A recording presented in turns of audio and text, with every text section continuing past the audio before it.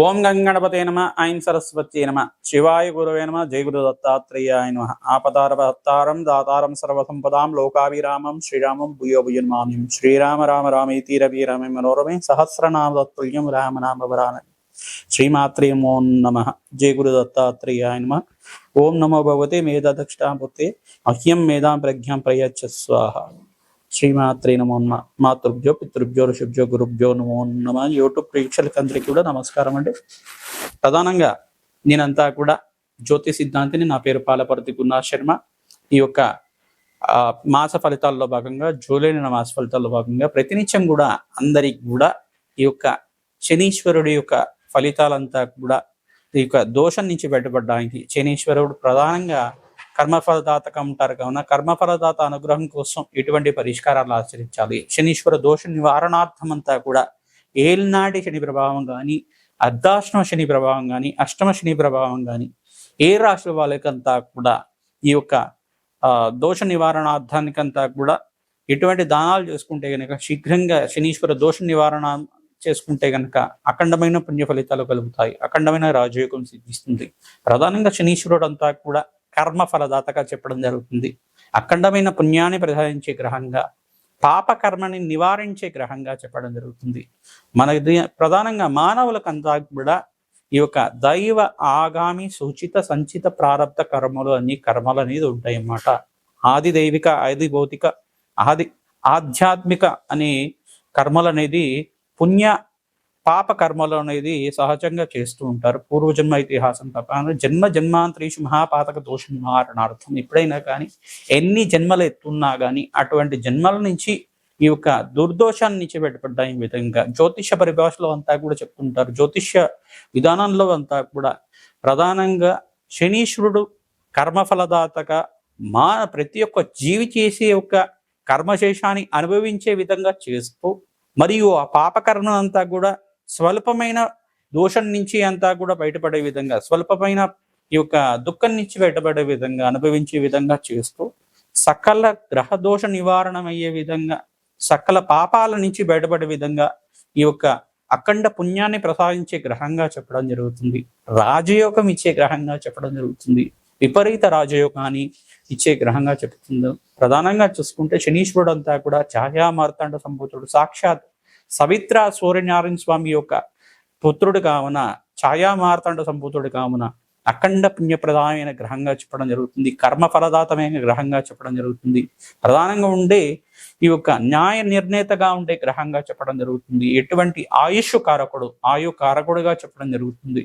ప్రధానంగా చూసుకుంటే శనీశ్వరుడు అంతా కూడా ఈ యొక్క నల్ల నువ్వులని దానం చేసుకోవడం వల్ల, వారి వారి కర్మల నుంచి బయటపడ్డానికి కానీ, ఈద వాళ్ళకి అన్నదానం చేయడం వల్ల అఖండమైన పుణ్యప్రదాయమైన గ్రహంగా మారుతూ ఉంటారు. ప్రధానంగా ఎవరైతే ప్రతినిత్యం కూడా భగవత్ ఆరాధన చేస్తూ ఉంటారో, భగవంతుడి యొక్క ఆరాధన చేయడం వల్ల విపరీతమైన పుణ్య ఫలితాలతోటి, అఖండమైన పుణ్య ఫలితాలతోటి విపరీత రాజయోగాన్ని ఇచ్చే గ్రహంగా చెప్పడం జరుగుతుంది.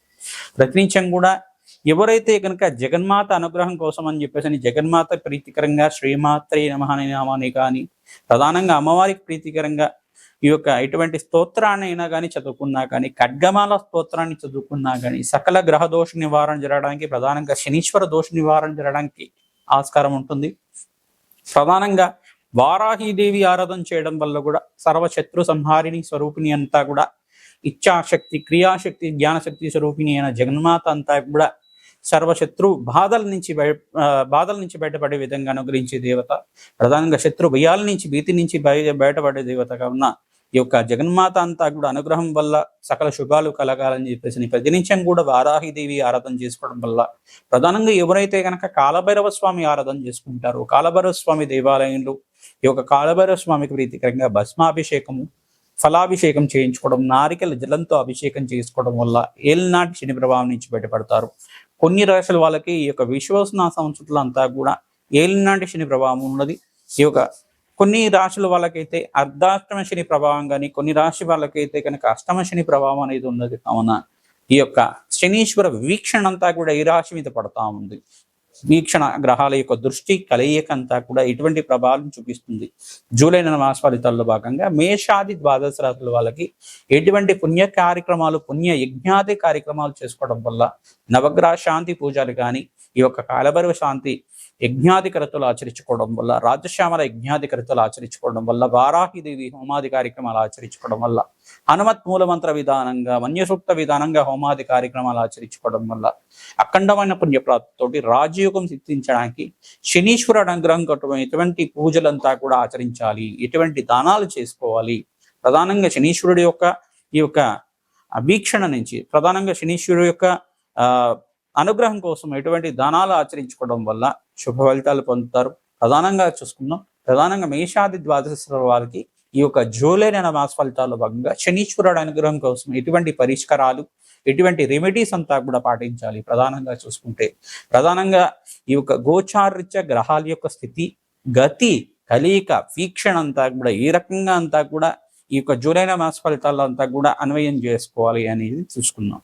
ప్రధానంగా చూసుకుంటే ప్రతినిత్యం కూడా శ్రీరామ జై రామ జై జై రామ రామ నామని అందరూ కూడా జపించడం వల్ల, ప్రధానంగా శ్రీరామచంద్రుడు అనుగ్రహం వల్ల సకల గ్రహదోష నివారణ జరుగుతుంది. ప్రతినిత్యం కూడా 108 సార్లు కానీ 1008 సార్లు కానీ ప్రతినిత్యం కూడా శ్రీరామ శ్రీరామ శ్రీరామ నామాన్ని ప్రతినిత్యం కూడా జపం చేసుకోవడం వల్ల అఖండమైన పుణ్యప్రాప్తి కలుగుతుంది. కోటి యజ్ఞాల పుణ్యప్రాప్తి కలుగుతుంది. సర్వగ్రహదోష నివారణ జరుగుతుంది. కావున అందరికి కూడా శ్రీరామ మంత్ర విశేషాలు అంతా కూడా చెప్తున్నాం. ప్రధానంగా ఈ యొక్క శ్రీరాముడి యొక్క నామస్మరణ మాత్రం చేతిని అఖండమైన పుణ్యప్రాప్తి లభిస్తూ ఉంటుంది. ఎవరైతే కనుక శ్రీరామన్ జపాన్నంతా కూడా ఆచరించుకుంటారో కోటి యజ్ఞాల పుణ్య ఫలితం లభిస్తూ ఉంటుంది. కావున అందరికి కూడా ఈ పరిష్కారం చెప్పడం జరుగుతుంది. ప్రధానంగా శ్రీరామచంద్రస్వామి దేవాలయంలో, సీతారామ దేవాలయంలో అంతా కూడా తులసిమాలను సమర్పించడం వల్ల విశేషమైన పుణ్యప్రాప్తి లభిస్తుంది. ప్రతినిత్యం కూడా శ్రీరామచంద్ర స్వామికి వడపప్పు పానకాన్ని నివేదన చేయడం వల్ల అఖండమైన పుణ్యప్రాప్తి లభిస్తుంది. సకల గ్రహదోష నివారణ జరుగుతుంది. జన్మ జన్మాంతరమైన మహాపాతకాలు నివారణ అవుతాయి. కావున అందరికి కూడా విశేషంగా చెప్పడం జరుగుతుంది. వృక్ష శాస్త్రంలో భాగంగా ప్రధానంగా రావి చెట్టుని అంతా కూడా ఈ యొక్క దేవతా స్వరూపంగా, బ్రహ్మ విష్ణు మహేశ్వర స్వరూపంగా చెప్పడం జరుగుతుంది. ఎవరైతే కనుక రావి చెట్టు, వేప చెట్టు ఉన్న ప్రాంతంలో అంతా కూడా నవగ్రహాలకి దోష నివారణార్థం అంతా కూడా ప్రతినిత్యం కూడా రావి చెట్టుకంతా కూడా ప్రదక్షిణాలు చేసుకోవడం వల్ల ఆ రావి చెట్టు, వేప చెట్టు ఉండే దగ్గర నాగేంద్ర స్వామి కూడా ఉంటే కనుక విశేషంగా సంతాన అభివృద్ధి కలగడానికి, సంతాన ప్రాప్తి కలగడానికి ఆస్కారం ఉంటుంది. వంశాభివృద్ధి కలగడానికి ప్రధానంగా మానవుల్లో ఉండే నకారాత్మక శక్తి అంతా కూడా, నెగిటివ్ ఎనర్జీ అంతా కూడా నివారణ కలగడానికి ఆస్కారం ఉంటుంది. రావి చెట్టు అంతా కూడా పాజిటివ్ ఎనర్జీ వచ్చే విధంగా, కాస్మిక్ ఎనర్జీ వచ్చే విధంగా, ప్రధానంగా దైవీకమైన శక్తి అంతా కూడా ఆవహించి ఉంటుంది. అక్కడ శక్తి అనేది బాగా ప్రబలంగా ఉంటుంది, విపరీతంగా ఉంటుంది. ఆ శక్తి అంతా కూడా మానవాళికి చాలా అవసరంగా ఉంటుంది. కావున మీ యొక్క కష్టాన్ని కానీ, బాధలు కానీ ఆ చెట్టు దగ్గర, ప్రధానంగా వృక్షరాజం దగ్గర ఓం నమో భగవతే వృక్షరాజాయ నమః నామంతో ప్రతినిత్యం కూడా శ్రీరామ జై రామ జై జై రామ రామ నామంతో కానీ, అష్టాక్షరి మంత్రంతో కానీ, పంచాక్షరి మంత్రంతో కానీ మీరంతా కూడా ప్రదక్షిణాలు ఆచరించడం వల్ల, 108 ప్రదక్షిణాలు ఆచరించడం వల్ల మీకుండే నకారాత్మక శక్తి అంతా కూడా పోయి అఖండమైన తేజోవంతమైన జీవితం, పుణ్యవంతమైన జీవితం జీవించడానికి, అష్టైశ్వర్యాలు సిద్ధించడానికి, రాజయోగాన్ని సిద్ధించడానికి ఆస్కారం ఉంటుంది. ప్రతినిత్యం కూడా మేము చెప్పే పరిష్కారాలంతా కూడా ఆచరించండి. మీ జన్మ జాతకమే ప్రధానమైన జాతకంగా ఉంటుంది. కావున మీ జన్మ జాతకంలో ఈ యొక్క ఏలినాటి శని ప్రభావం ఉన్న, అష్టాదశ శని ప్రభావం ఉన్న, అర్ధాష్టమి శని ప్రభావం ఉన్న జప హోమాది కార్యక్రమాలు, దానాది కార్యక్రమాలు చేసుకోవడం వల్ల అఖండమైన పుణ్యప్రాప్తితోటి వంశాభివృద్ధి కలుగుతుంది. ఆకస్మిక ధనలాభం, ధనయోగం సిద్ధిస్తుంది, రాజయోగం సిద్ధిస్తుంది. కావున శనీశ్వరుడు అనుగ్రహం కోసం ఎటువంటి పరిష్కారాలు చేసుకోవాలి, ఎటువంటి స్తోత్రాన్ని పఠించుకోవాలి, ఎటువంటి నామాన్ని ప్రయత్నించుకోవాలంతా కూడా విశేషంగా అందరికీ కూడా విశ్లేషణ చేయడం జరుగుతుంది. మీరంతా కూడా పాటించి జగన్మాత అనుగ్రహం అంతా కూడా పొందుతారని చెప్పేసి వృశ్చిక రాశి జాతకులకి ప్రధానంగా జూలై నెల మాస ఫలితాల్లో భాగంగా మీకంతా కూడా ఎటువంటి పరిష్కారాలు ఆచరించాలి, ఎటువంటి పరిష్కారాలు ఆలోచిస్తే రాజయోగం సిద్ధిస్తుంది. ప్రధానంగా శనీశ్వరుడు గ్రహదేవత ప్రీతికరంగా మీరంతా కూడా ఎటువంటి కార్యక్రమాలు చేయాలి, జప హోమాది కార్యక్రమాలు చేయాలా, లేదు దానాది కార్యక్రమాలు చేయాలని చెప్పేసి తెలుసుకుందాం. ప్రధానంగా శనీశ్వరుడు యోగకారంగా ఉన్నారు.